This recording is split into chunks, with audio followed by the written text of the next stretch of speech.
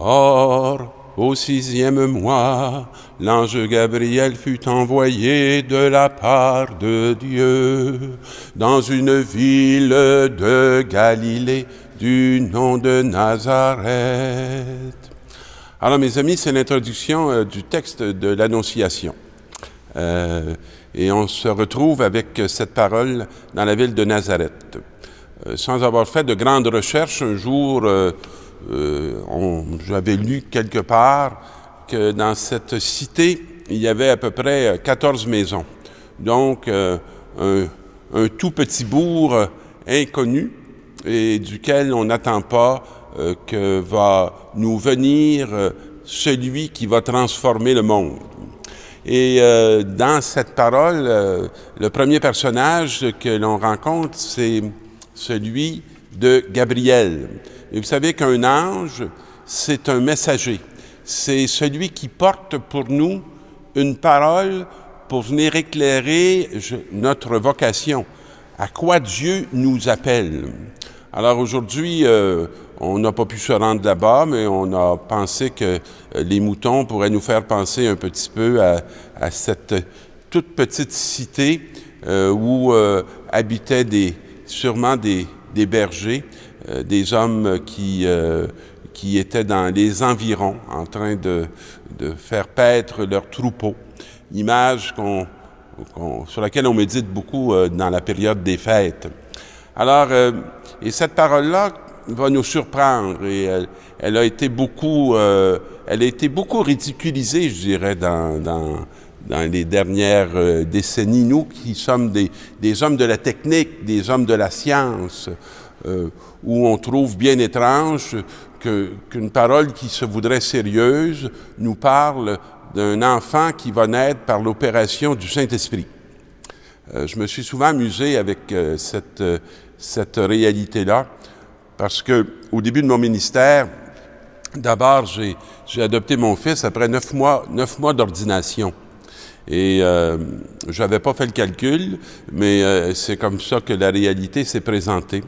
Et quand j'arrivais parfois dans les églises avec mon garçon qui est handicapé et qui avait 7 ans, dans les bras, et que je montais l'allée centrale, tous les gens se retournaient, puis ils étaient très inhabitués, pas du tout habitués à voir un président d'assemblée entrer avec un enfant dans les bras. Et quand j'arrivais en avant, bien, comme je le portais d'un bras, je disais avec l'autre, « Le Seigneur soit avec vous ». Puis je disais aux gens, « Bien, vous avez remarqué, hein, je n'ai pas pris mes 2 bras parce qu'il y a quelqu'un qui aurait tombé si j'avais pris mes 2 bras. » Puis, et je vous présente mon fils. Et là, les gens, ils comprenaient de moins en moins ce que je disais. Et je leur disais, « Ah, il y en a qui doivent se demander si ma femme est morte. » Alors non, je n'ai jamais eu de femme. Hein? Et puis, alors vous pensez peut-être que c'est un péché mortel que j'affiche, puis j'ai pas fait ce péché mortel. Alors, si vous voulez comprendre c'est quoi cette relation de père-fils, c'est une opération du Saint-Esprit. Alors, je pense que lorsque la parole nous parle de cette opération du Saint-Esprit, il vient nous éclairer sur une dimension, je dirais, excessivement profonde de cette parole, mais aussi de nos propres vies, du mystère de Jésus-Christ dans la vie des uns et des autres. Et je ne sais pas si vous vous souvenez de cette parole où on nous dit « Ta mère et tes frères sont là dehors et ils veulent te parler. » Et que Jésus va dire « Qui sont ma mère et qui sont mes frères? Ce sont ceux qui font la volonté de mon Père. Hein? » Et voilà un père, une mère et un fils. C'est comme si Jésus est en train aussi de nous dire qu'on peut devenir sa mère. Mais pour devenir la mère de Jésus, il faut l'enfanter. Or, c'est nettement cette expérience que nous propose notre baptême, devenir un fils de Dieu. Alors, le oui de Marie, c'est le oui à Dieu. Quels sont les oui de vos vies que vous avez dit à Dieu? Et ces oui-là, ce n'est pas par, je dirais, par uniquement collaboration humaine qu'ils vont devenir possibles, c'est nettement avec l'ouverture que vous aurez pour accueillir l'Esprit Saint. Quand j'ai accueilli dans ma vie, je dirais Claude, mon fils, et que j'ai vu ma vie littéralement transformé dans le quotidien. Me lever le matin pour l'habiller, me préoccuper chaque soir de pouvoir lui donner sa douche, le soigner lorsqu'il était malade. Et même, je vous avoue que Claude, à 7 ans, portait encore des couches.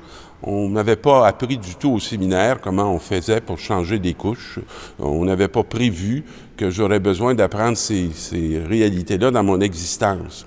Et jour après jour, de faire des œuvres qui sont des œuvres de grande simplicité. Œuvres que font toutes les mamans et tous les papas du monde. Et ce ne sont pas parce que ce sont des petits gestes ça ne demande pas une grandeur d'âme.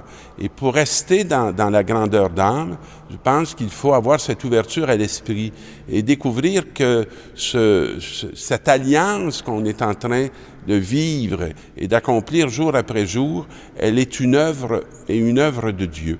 Alors, je pense que la parole de l'Annonciation n'est pas en train de nous dire comment physiquement on fait des bébés ou comment exceptionnellement ce n'est pas ainsi que s'est passée la naissance de Jésus.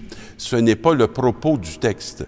Le propos du texte est fondamentalement de nous dire comment vient au monde un Fils de Dieu. Et ce que cette parole veut nous donner comme lumière, elle est bonne autant pour cette époque et pour la saisie qu'avait fait la communauté de comment venait prendre racine dans notre monde le Fils de Dieu. Alors, mes amis, cet Esprit Saint est toujours aussi fécond qu'en ce temps et il vous est accessible parce qu'il parle à l'intérieur de votre cœur. Cette parole n'est pas là pour être jugée, elle n'est pas là pour être analysée, elle est là pour être reçue, elle est là pour être mangée, elle est là pour vous nourrir et vous faire saisir probablement des réalités que Dieu appelle au cœur même de ce que vous êtes et qui vous dépassent, et que sans cette parole, vous ne pourrez jamais en saisir toute la profondeur.